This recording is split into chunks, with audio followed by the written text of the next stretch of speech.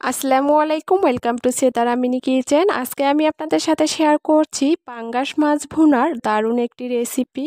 এই মাছগুলো ভাজা ছাড়াই কিভাবে ভুনা করলে এই মাছের স্বাদটা আরও দ্বিগুণ বেড়ে যাবে, আজকে আমি আপনাদের সাথে সেটাই শেয়ার করব। অল্প কিছু উপকরণ দিয়েই ঝটপট এই মাছের ভুনাটি করে নেওয়া যায়। আশা করছি আজকের এই রেসিপিটি আপনাদের কাছে ভালো লাগবে। আর মাছ ভুনা করার জন্য এখানে আমি 6 থেকে 7 পিসের মতো মাছের পিস নিয়েছি।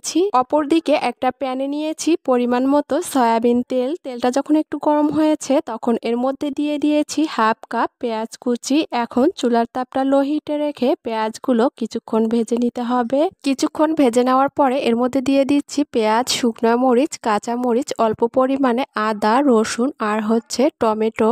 এগুলো আমি ব্লেন্ডারে ব্লেন্ড করে নিয়েছি। এখন এর মধ্যে দিয়ে দিচ্ছি স্বাদ অনুযায়ী লবণ, দিয়ে দিচ্ছি পরিমাণ মতো হলুদের গুঁড়া, 1 চা চামচ ভাজা জিরার গুঁড়া আর 1 চা চামচ গরম মশলার গুঁড়া। সব কিছু দেওয়ার পরে এই মশলাগুলো 5 মিনিটের মতো চুলার তাপটা লো হিটে রেখে ভেজে নিতে হবে। এখন এর মধ্যে দিয়ে দিচ্ছি একটা তেজপাতা। আপনারা চাইলে এই তেজপাতাটা বাদ দিতে পারেন, তবে দিলে এর টেস্টটা আরও দ্বিগুণ বেড়ে যাবে। এখন অল্প করে পানি দিয়ে দিচ্ছি এই মশলাগুলোর কাঁচা গন্ধটা চলে যাওয়ার জন্য।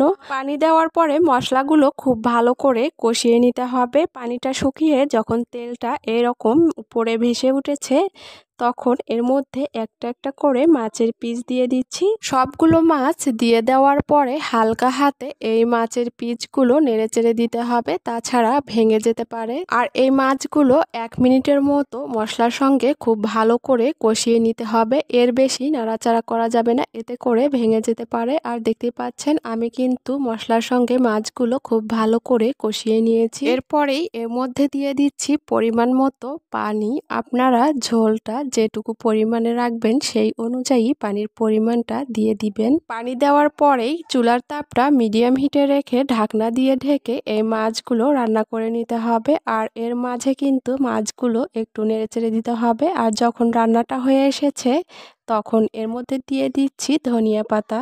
ধনিয়া পাতাগুলো মাছের সঙ্গে ভালো করে মিশিয়ে নেওয়ার পরে চুলা থেকে নামিয়ে ঠান্ডা হয়ে যাওয়ার পরেই পরিবেশন করে নিব। আর এই মাছের ভুনাগুলো কিন্তু একটু ঝোল থাকা অবস্থাতেই চুলা থেকে নামিয়ে নিতে হবে। নামিয়ে নেওয়ার পরে ঠান্ডা হয়ে গেলে কিন্তু এই ঝোলটা ঘন হয়ে যাবে। আর এরই মাঝে তৈরি হয়ে গেল পাঙ্গাস মাছ ভুনার অসাধারণ একটি রেসিপি। আশা করছি আজকের এই সহজ রেসিপিটি সবার কাছে অনেক ভালো লেগেছে। এরকম নতুন নতুন রেসিপি পেতে আমার চ্যানেলটি সাবস্ক্রাইব করবেন আর বেল বাটনটি অন করে রাখবেন আমার পরবর্তী ভিডিওর নোটিফিকেশন সবার আগে পাওয়ার জন্য।